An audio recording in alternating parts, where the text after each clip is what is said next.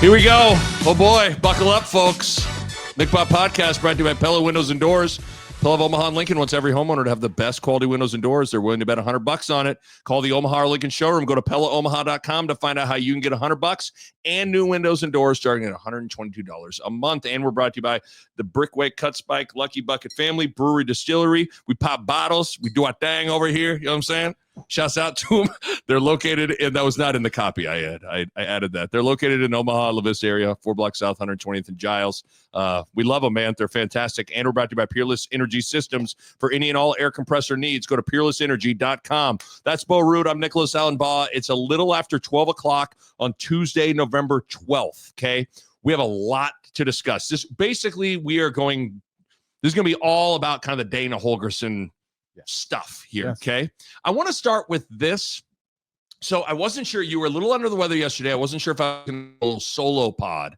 So I started cooking up my like a Colin Cowherd-esque like monologue. Let me hear it. I want to hear it. But at any moment, if you want to like jump in.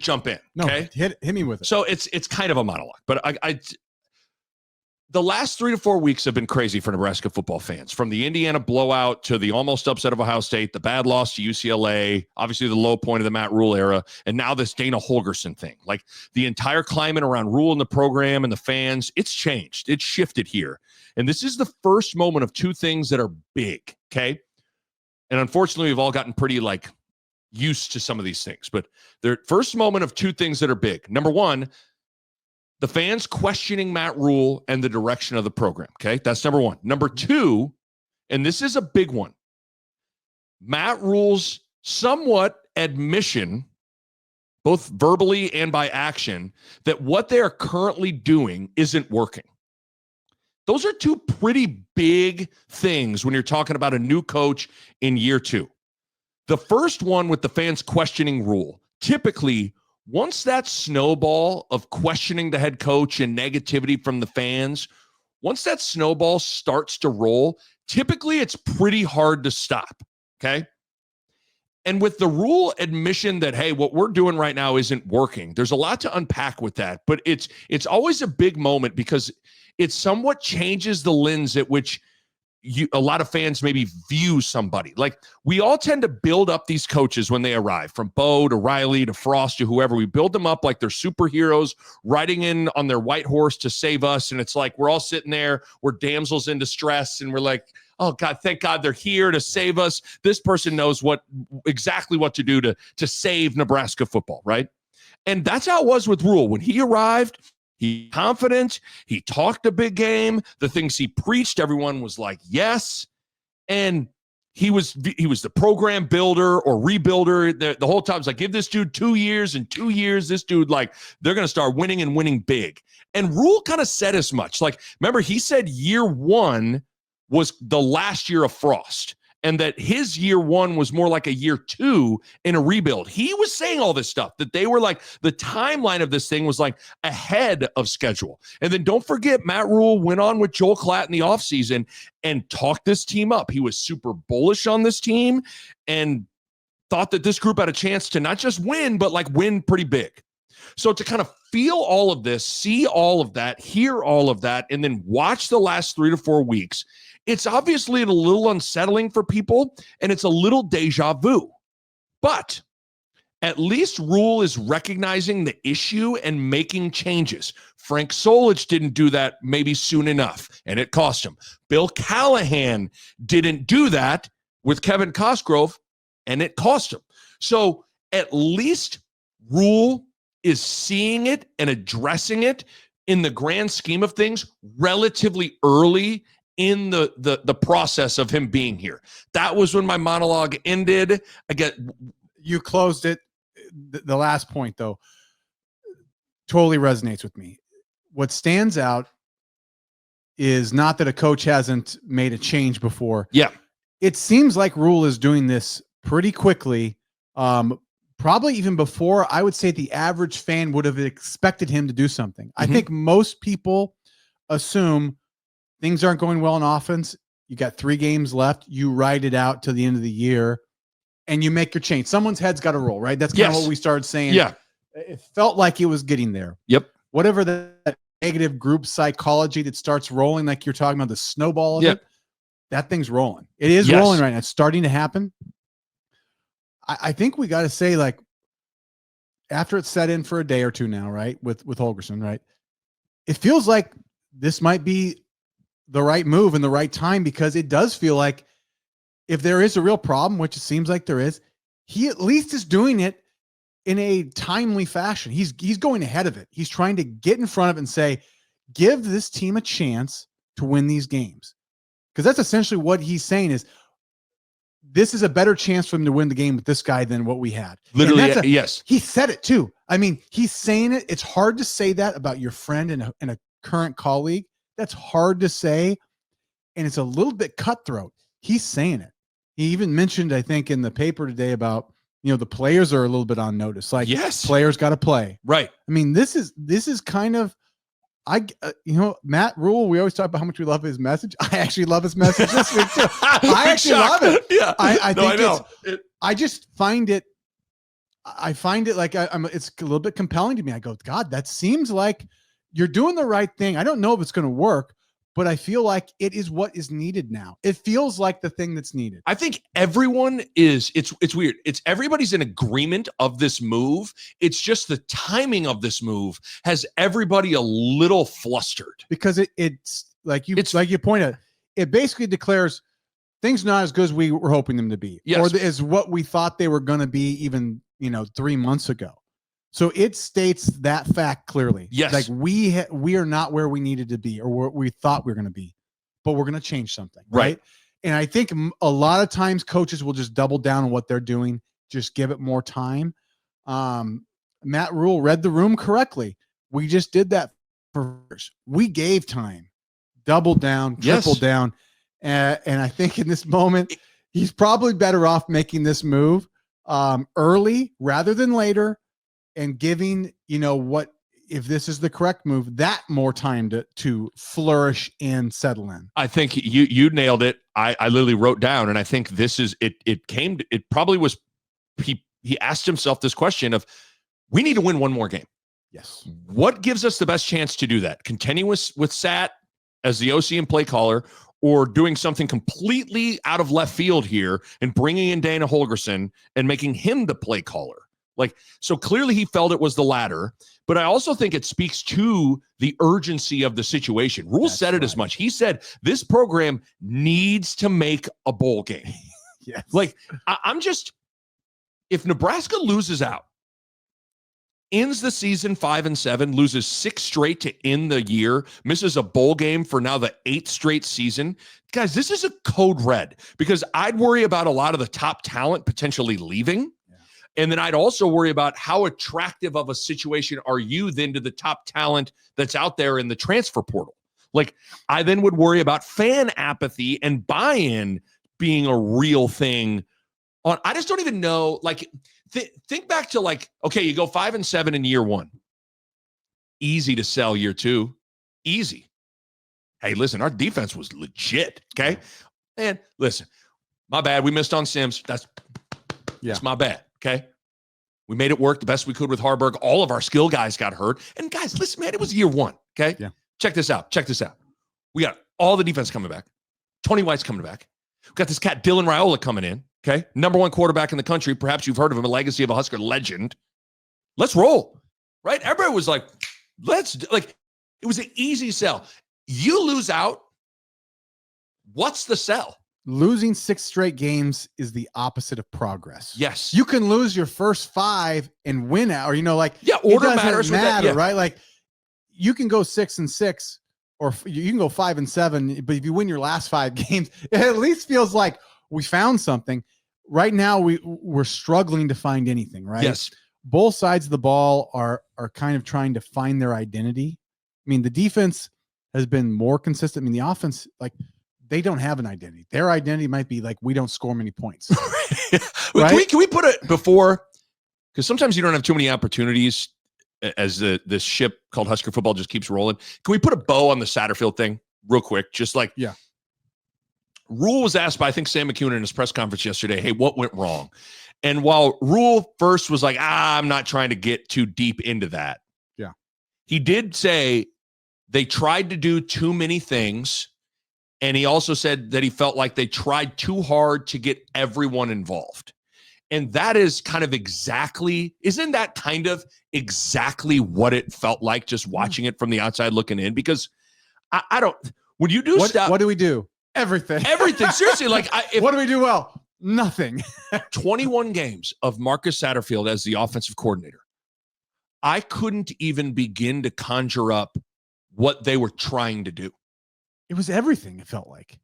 And I get last year because of the scenario, they had to run some option, but whatever. They ran some option.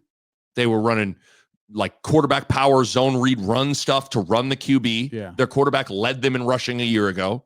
And then they switch styles and they're throwing it with Dylan a little bit. Like, I can't even, I mean, the offense was averaging 18 points per game in Big Ten games this year. They got shut out in 5 halves, but everything, the thing that I still go back to,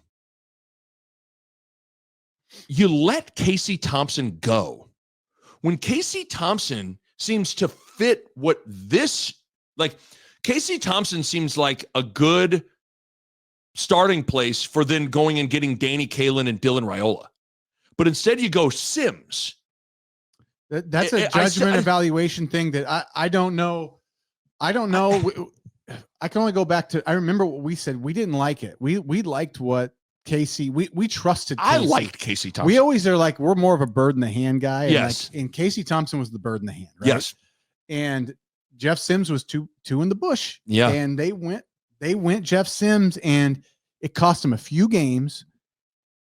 And I think it cost him a lot of momentum. And it just, that's on them though. That is like solely on them. Well, you're right. Like, this is, for as much as we're going to sit here and like people are criticizing Marcus Satterfield, this is all on Rhule.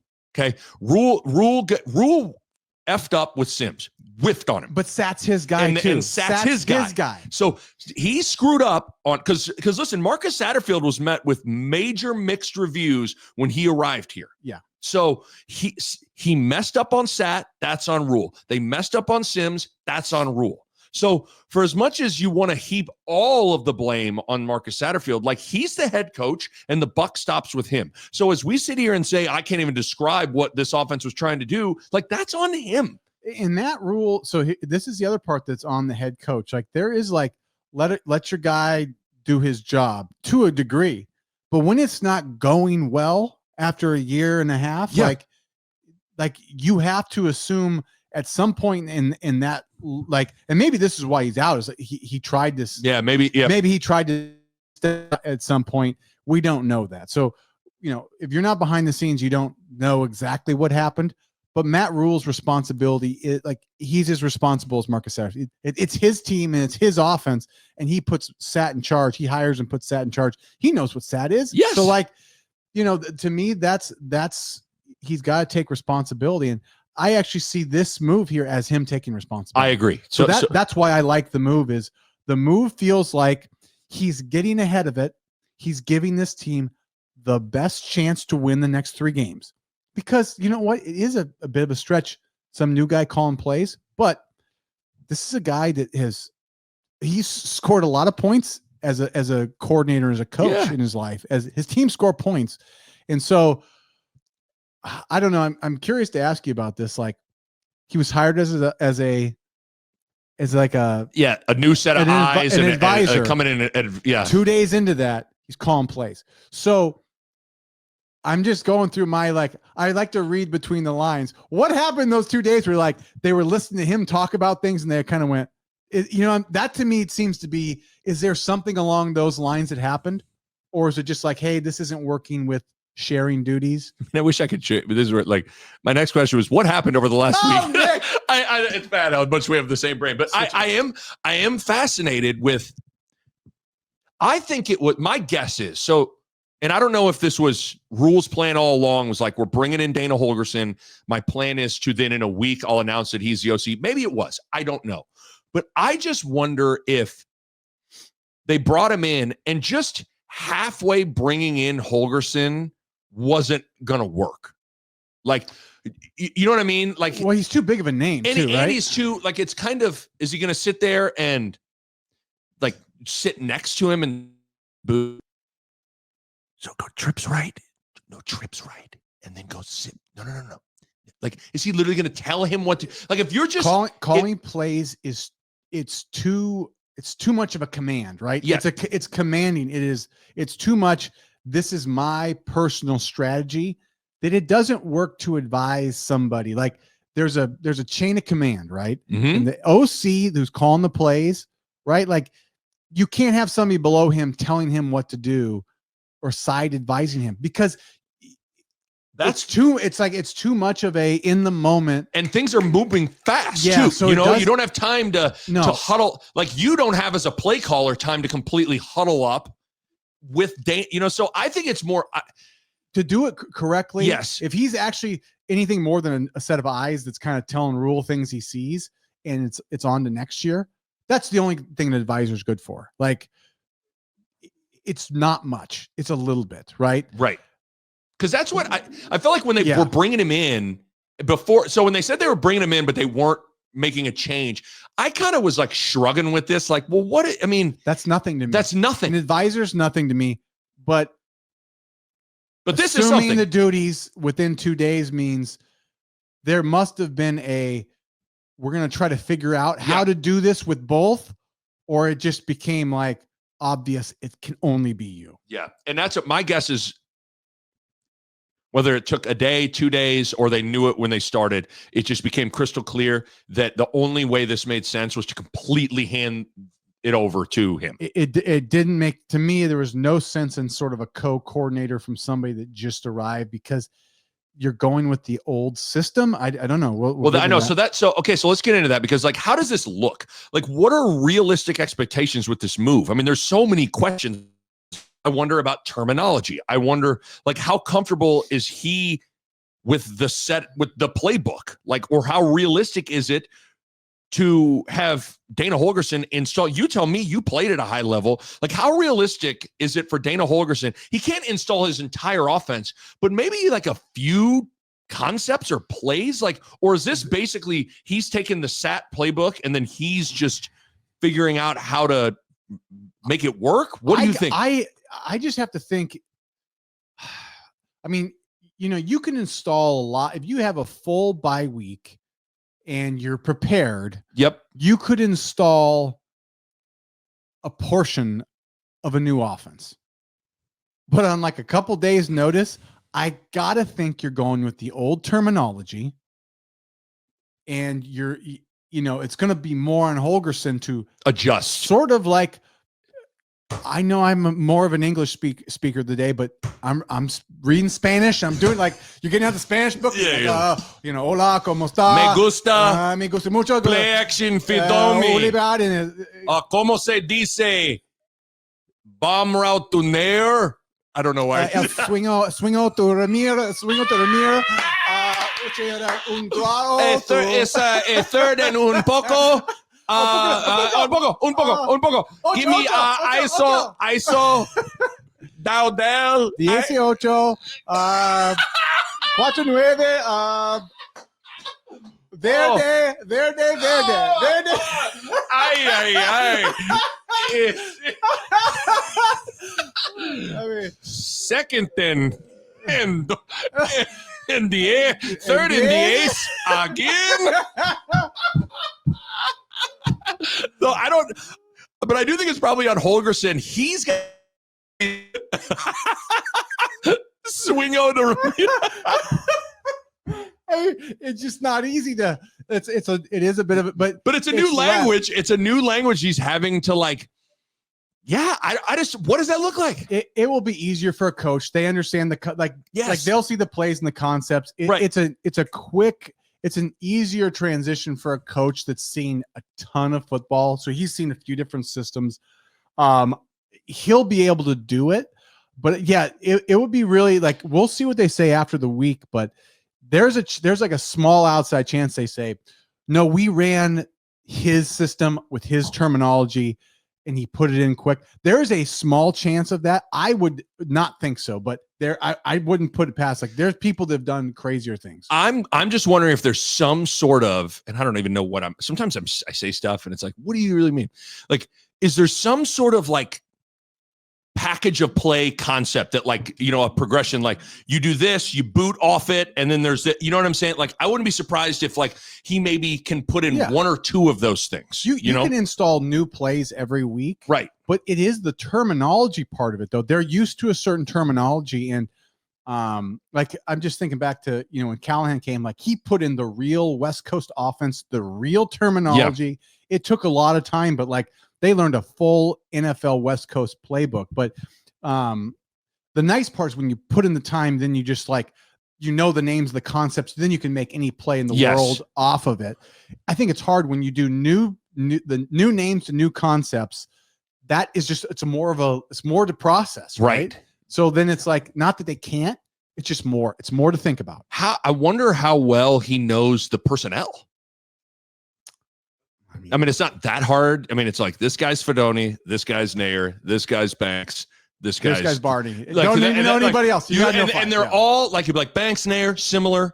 Fedoni, big body, tight end, pretty self-explanatory. This is Raiden. He's electric. Yeah. And like that's so it's not super complicated, but at the same time, like I don't want to poo-poo this. Like any, Tom, Dick, or Harry can come in the booth and be like, just jet sweep somebody, right? They got somebody that can do that. Yeah, but like I say, it's more than that because they have to be able to it's got to be coherent, right? Everybody's got to be on the same page. That's the secret sauce to a good offense. Like, do you think he's going to be talking to, because it had been sat in Raiola's helmet.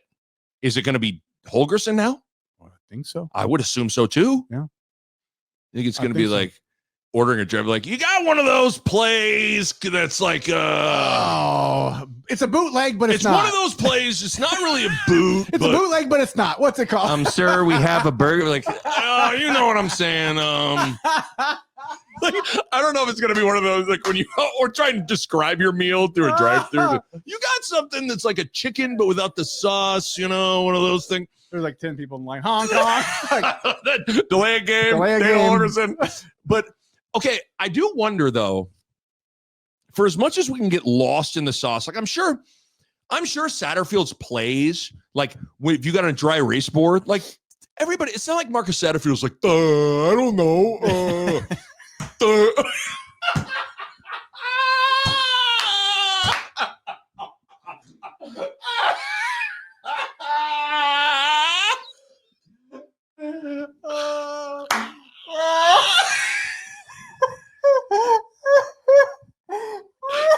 That was the dumbest person in the world. Has there ever been a person that truly is like, I don't know?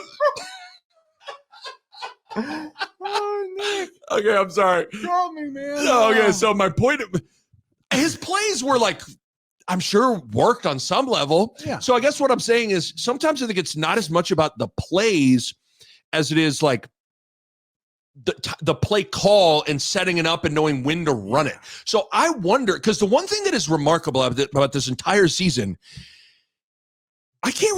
there's very few times where someone's running wide. We've talked about this. Someone's running wide open, or it's one of those plays where like clearly was like, oh man, they were stunting to the left. It was a perfect call pitch, like where it was you completely schemed and called the perfect play based on the defense. I'm hoping maybe that was a problem for Satterfield as much as anything, was like not just like knowing when to call certain plays based on the element of surprise, and maybe I don't know. Sat's competent, right? Like the guy, like he's been a college and he's been a coordinator in college for years and years. Like he understands the game, right? Like he's called some good plays. He's called some plays that, that I think I would say it's not even like the specific play calls. It's just like in general, you just have to say like, he doesn't make it look easy, right? It doesn't look like it's just like we have a system that is consistently getting yards and points. Yeah. It just feels like we can't get points. And so it's not that he's a terrible play caller. I don't think he is. Like he's just not getting it done. Like his system is not getting enough points. That's all it is. Like we need to find an identity to get points. So now this guy, Holgorsen, like he comes from a very different system. He comes from the Mike Leach air raid, right? Which is it's very different. And But what I'll say about it is those teams, Mike Leach's teams, Holgorsen's teams, they always score points. They score a lot of points. They always score points. Yeah, so that's it. I guess let's just stop for a second and talk about what do we think of the Holgorsen hire? Because it is weird. There's a couple things here. It's weird that as of now, he's just here for the 3 games, and then it's kind of TBD after that. It's kind of odd that Matt Rhule in the press conference was like, my hope is that he stays and is the OC. That's almost like, I don't know, you went on a date with just got it done with date with Tiffany. It was a 1-date thing, but I'm hoping I can marry her. You're like, okay, whoa, what? So it's just kind of like an odd. Now I would put the odds at Dana Holgorsen being the offensive coordinator next year at north of 90%. Okay. Yep. But with all that said, I look at this Holgorsen hire and what you just said, I start with okay, if I want to paint the positive thing, these Dana Holgorsen, Mike Lee, these teams score. Yeah. Okay. But I don't know if I love the idea of the air raid coming to Lincoln, Nebraska, because you can also sit here. This is what I don't, that always is perplexing to me.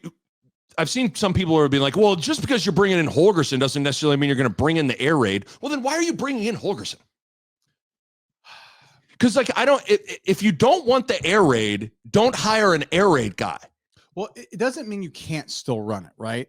I think what you're getting either way, right? Either of you, it's Holgorsen, pure Mike Leach, or Holgorsen, his version running it more, right? Trying to establish run, is you're getting that person's ability to see the big picture of this is the defenses I'm going against, this is what I want to do, and how I want to call a game and attack.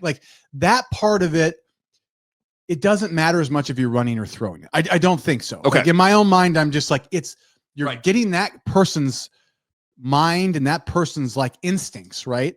And that person's ability to call a game.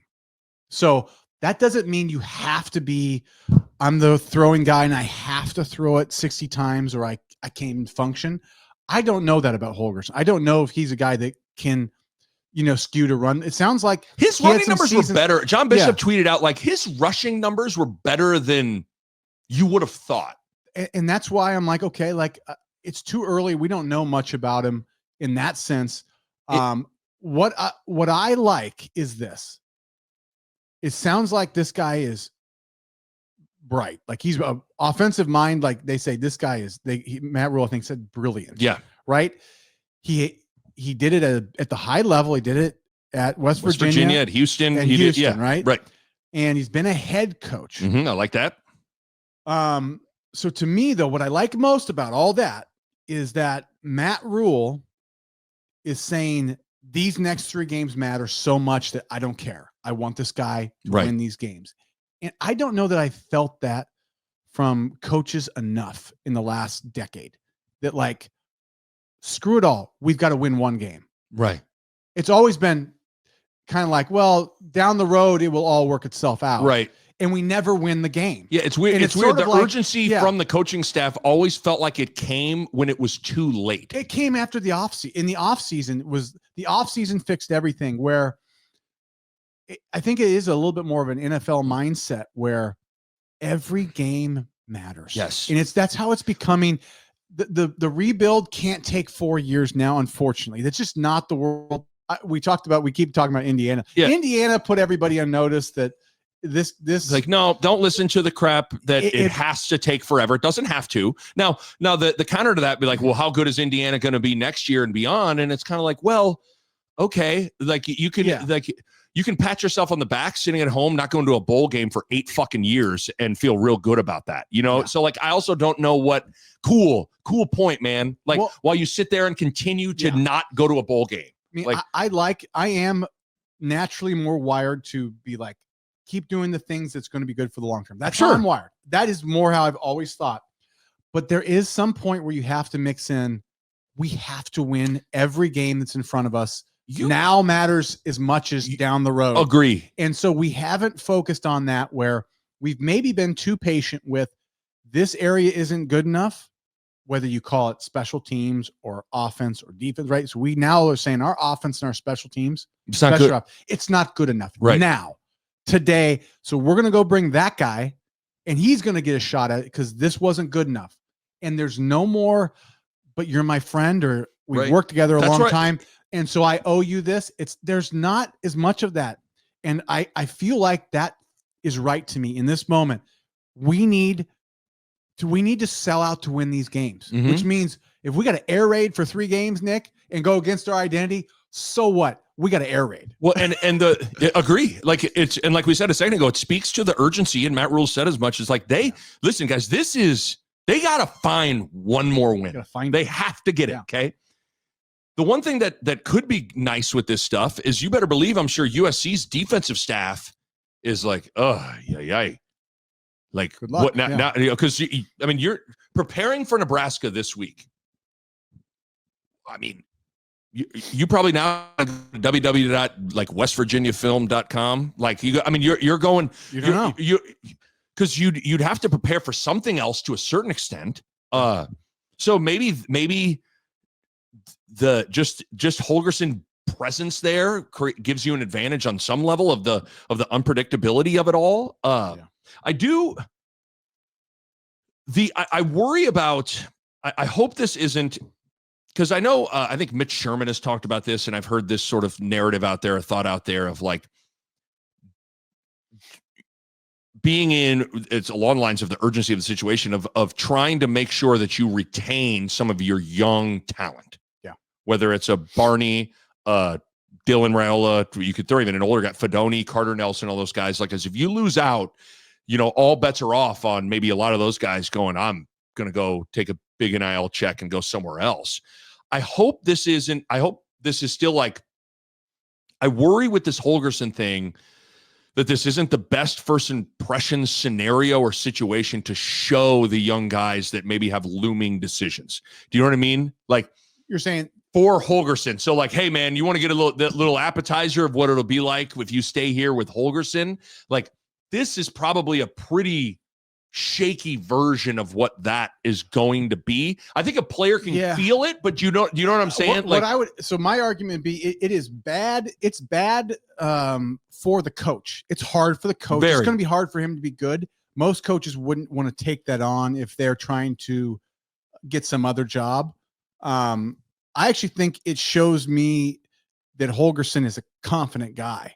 Yeah, or you wouldn't do that. You wouldn't sign up. I mean, Nick, think about this, guys. Say this. Would you sign up for jumping into a scenario like this where the heat is on? Yeah. And the eyeballs are on you, and you're now 100% in charge? If you didn't feel like there was potential there, you wouldn't do this. That's why I like it. And I think he's a guy, he's been a head coach at big programs. He's been to the top, right? Like, yes. And so I think you get a confidence from that. You've been in tough scenarios. Yep. You've taken the heat. You've been fired. You've been, and I feel like, so it's going to be hard for him to do this really well. It's going to be really hard. Maybe he'll get a win out of this, right? And then that's a huge win if he wins, right? But I do think if you're good and you're better than what's been there, those players you're worried about losing, they'll get to at least see that. It doesn't take long to get a sense of like, oh, you can, you know what I'm saying? I don't know. I remember you felt like you and your brother knew Pelini. I mean, how fast did you and your brother both go? 10 seconds. Yeah. You go, all right, this guy. Pelini, one game with Pelini, and you're just, it was you as a defensive player, you had no doubts you were with the right guy. Right. It doesn't take long. So I don't know. See, this is where I don't know. I've heard that Holgorsen's a really good coordinator. I heard that as a head coach, he was a little bit, maybe he just didn't love, like, it wasn't as good the recruiting. Well, I think part we saw that with Frost a little bit, like, just because those are two different skill sets. Yeah. And so I'm curious to see what this is going to be. I like the move at this point to give us a chance to kind of spark something new, because I don't know that we had any answers. I don't think, you know what I'm saying? If you don't got any answers, I wanted to ask you, so, and I always hate to have you, go down this path because I'm not asking you to throw people under the bus, but like, I think as the 2007 season wore on, I think that defense probably felt like, man, we're I don't know if we're put in the best position to be successful right now. We didn't have any answers. When you're getting out schemed and you can kind of collectively feel like you can feel the confidence in what you're doing isn't working, and you don't have that's kind of what I'm saying. So that's why I wonder if the offense on some level, Barney and Banks and Nair and Dylan Raiola and Bint, like if they feel that a little bit. I think Matt Rhule felt it. Matt Rhule felt that. And so it's probably hard to know for sure, but like, how would it have felt if Bill Callahan would have said, hey, Kaz is going to go help coach the DNs here for a little bit, and here comes a fairly proven defensive coordinator. He's gonna coordinate the last couple of games for you guys. Yeah. Like, I would say we can go back a couple of years. Like Bill Bush came and took over for Chenander, and I would say it sparked some life into that defense. They won a couple games, and it was. I think there is something to it, right? There is something to it. This is a little bit more unique that nobody else was on staff. Yes, that's the thing is because like at least Bush was around, he was around the program. This is where it's different in that regard, where it's just, I mean, this guy doesn't know. He's going to be like, hey, man, how are you? But if you're good, Nick, if you're good enough, I know. Yeah, it doesn't matter. So if he's good enough, like there's a way to figure this out. I think the fact that he's even willing to try tells me that he's a confident guy. And I think it tells me it speaks confidence in him, but I also think that he at least looks at the pieces and sees like, I can work with that. Yeah, and so think about this. So Matt Rhule coached against this guy for a lot of years, right? So he coached against him for maybe three years probably at Westford West Taylor, right? So he got to see this guy a few different times. This guy beat him both times they played, and Holgorsen beat him good. I think he put 58 on him one year, and he put like maybe 30 or 40 on him the next year. So he's watched this guy beat him before. So like Matt Rhule in a weird way has a lot of confidence in this guy. He's seen this guy's teams. He respects him enough that he trusts him to say, I got 3 games left. Come in and call the plays. Right. Nick, that's a huge responsibility. Yeah, you would have to have a lot of respect and confidence to even think about asking someone to do that. There's other guys on your team that maybe would. You could have Glenn Thomas do it, Nick, but there's a reason. There's something about this. Glenn came around the corner holding a bunch of pieces of paper. Those ran into Rhule. Like, oh God, my pieces of paper, and it was like, all right, I'm gonna go call Dana Holgorsen. So I've been working on our red zone offense, Mr. Rhule. I think. Oh, jeez. Oh God. If you see here, the I formation has not yielded results that we like to see, but sadly, everything was like, I don't know why I'm doing that. Okay. I will say you brought up, like, I did want to make a note of this. That's so bad. I remember when they fired Frost and they fired Chenander, and I remember thinking like, God, you're just like, I didn't really buy in. I think Trev's line at the time was like, I think I want to try to give this team the best chance to be successful. And I remember at the time being like, I don't know if I see that, but I do believe that Mickey as the interim coach and Bill Bush as the coordinator maximized whatever that group's capability probably was. So maybe this can work. I'm going to do a Pella read, but I'm gonna try to build some optimism and positivity, and then we'll talk a little USC. Okay. This is holy moly. This is ridiculous. I'm sorry. I think my favorite thing so far has been the idea of Holgorsen trying to speak Spanglish. Oh man. Oh yeah. Third and mucho. All right, the Nick Bob Podcast, we're brought to you by Pella Windows and Doors. Hey, the local team, they're fantastic. Debbie, Vince, the whole crew, they help me find the perfect fit for our home during our free in-home consultation. It's just great. And then the showroom's fantastic as well. It's one thing to look at a photo of it in like a magazine or whatever, but when you go to the showroom, you can actually feel the window, feel the door to ensure that you are making the perfect selection. And the installation experts, they were on time, they were professional, they were courteous, they left their house cleaner than they found it. Call the Omaha or Lincoln showroom or go to PellaOmaha.com to find out how you can get $100 in new windows and doors starting at $122 a month. PellaOmaha.com. Okay. Even with like what I'm about to say is like, yeah, it's about Holgorsen to a certain degree, but it's more about just the team. Okay, they got to win one more game. USC's going through it. Like it's not like it's all roses and sunshine there. Well, it's sunshine there in LA, but you know what I mean. Like it's roses too. They're literally damn it.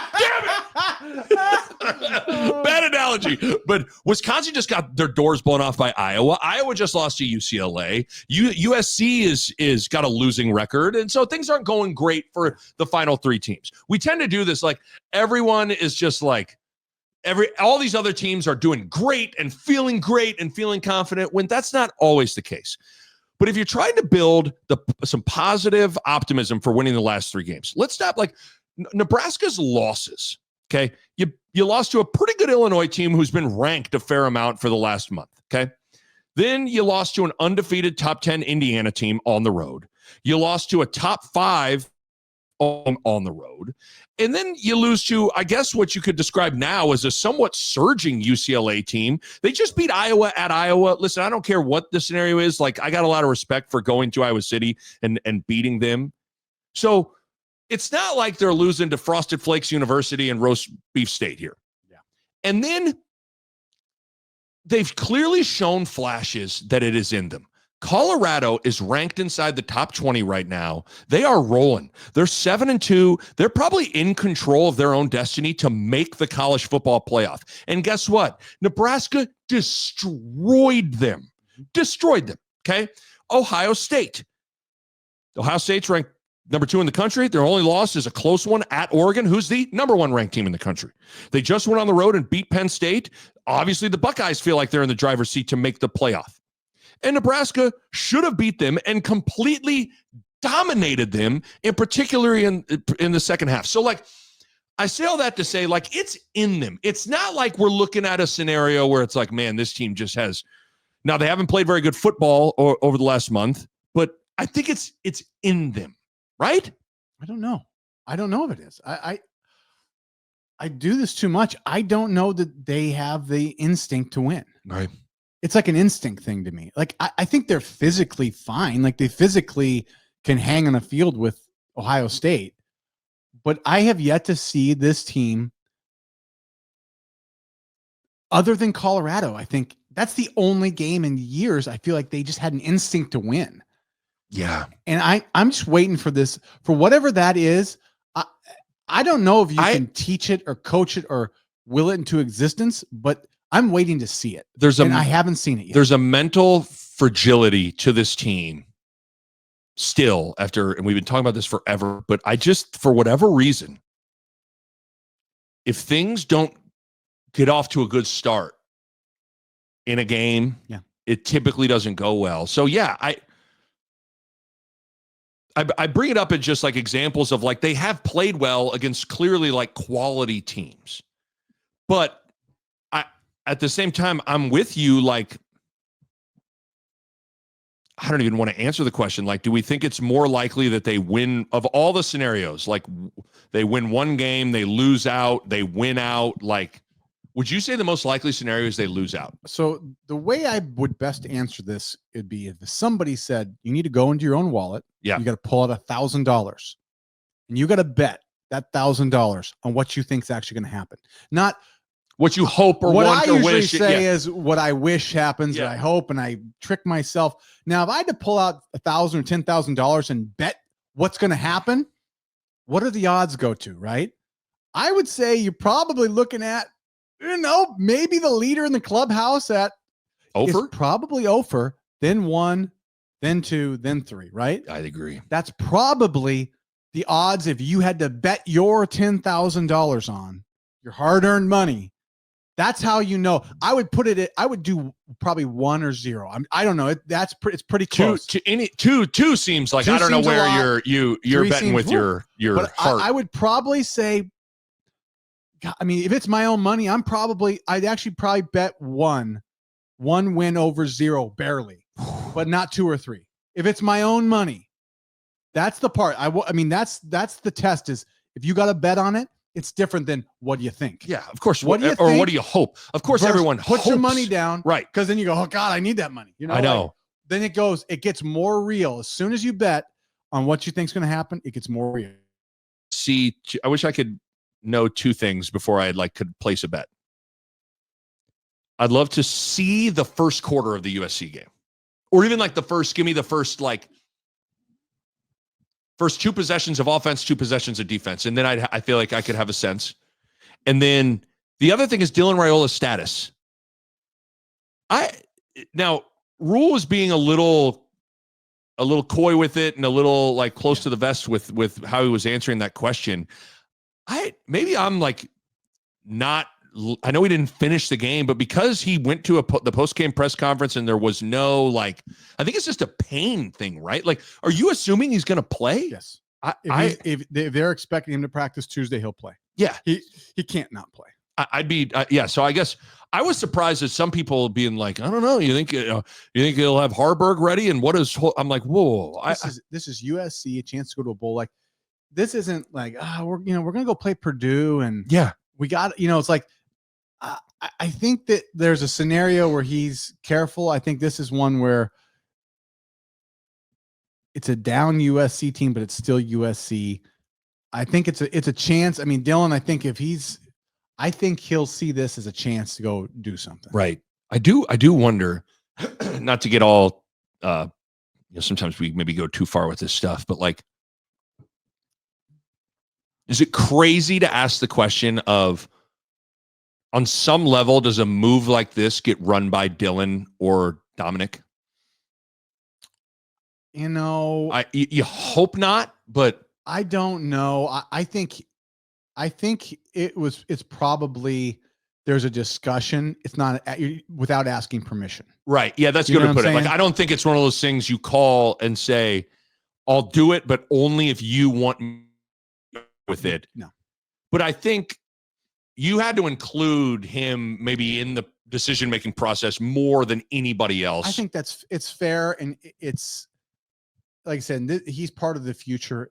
I don't think there's anything wrong with that. Right. There's nothing shady about it. It just is. It's a matter of you're trying to keep your star quarterback informed of what's going on and why. And my guess is that doesn't have to be asking for permission. It's like, here's what I'm thinking. Here's why. Here's what we're going to do. I know this guy. You know who this guy is. Right. Clearly it's not working or whatever. We want to give this thing the best chance to pop or whatever. But so to wrap up with this USC game, first of all, I wonder if there's a chance. I wonder how many Nebraska fans are going to be there. I bet way more than you think. I mean, I know our buddy Chris is going. Yeah. Well, I know our buddy Hambone bought 25 tickets. So Hambone bought 25 tickets. Have a lot of Nebraska fans. But there's a lot of Husker fans that live in Southern California or in Arizona or whatever, and so I think there's going to be a pretty decent amount of, and that the USC stadium lately has been a little hit and miss. So I think there could be a decent amount of a decent pack of Husker fans there. But so USC's 4-5, they're 2-5 in Big Ten games. They're changing quarterbacks, which is a little bit odd to me because I actually felt like Miller Moss was pretty good, but sometimes you got to shake things up. They got the UNLV transfer that adds a layer of intrigue and stress to this thing for Tony White. Of a runner? He can run. My understanding is he can run more of a runner than Miller Moss. Yeah. But listen, I based on what the little bit that I've watched USC, I watched their entire game against LSU at the start of the year. I did too. I watched a lot of that one. They still have USC skill level athletes. Their one receiver is really good. Yes. I mean, he's really good, and we better be ready for that guy. And so that's what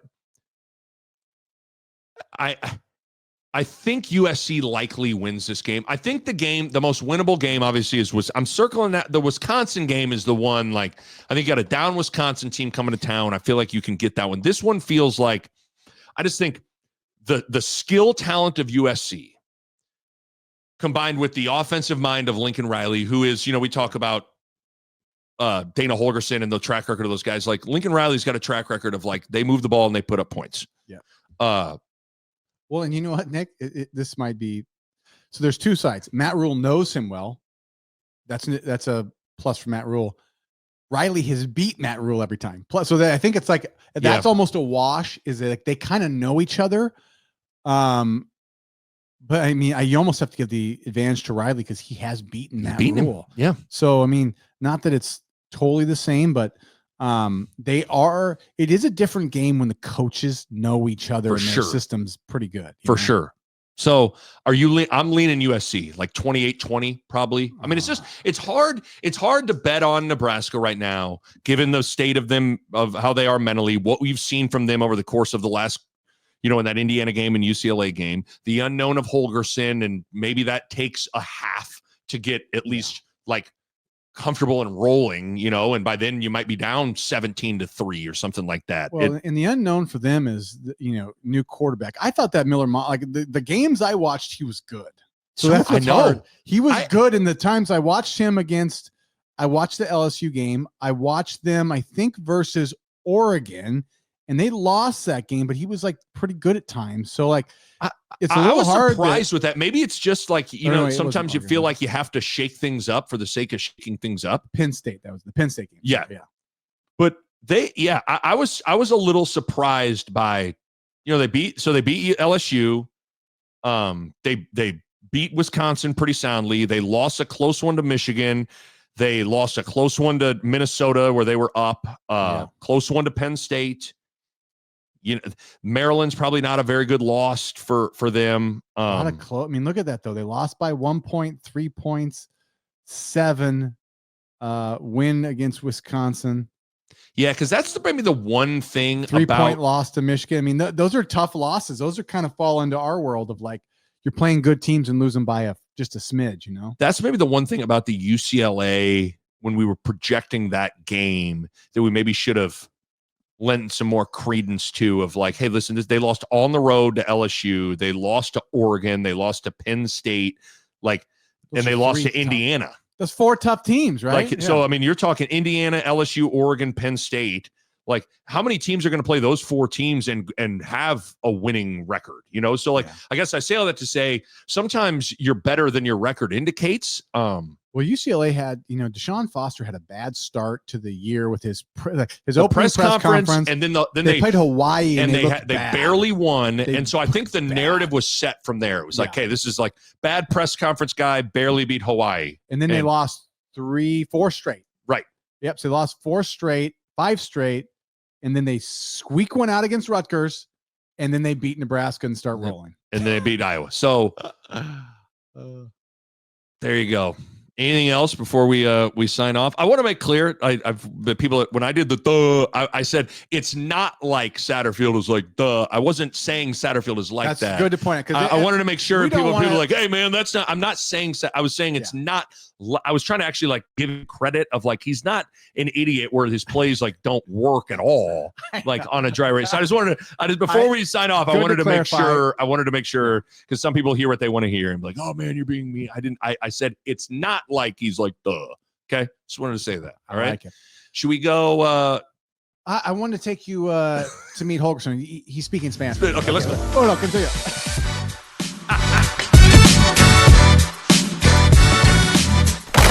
A Hurrdat Sports Network production.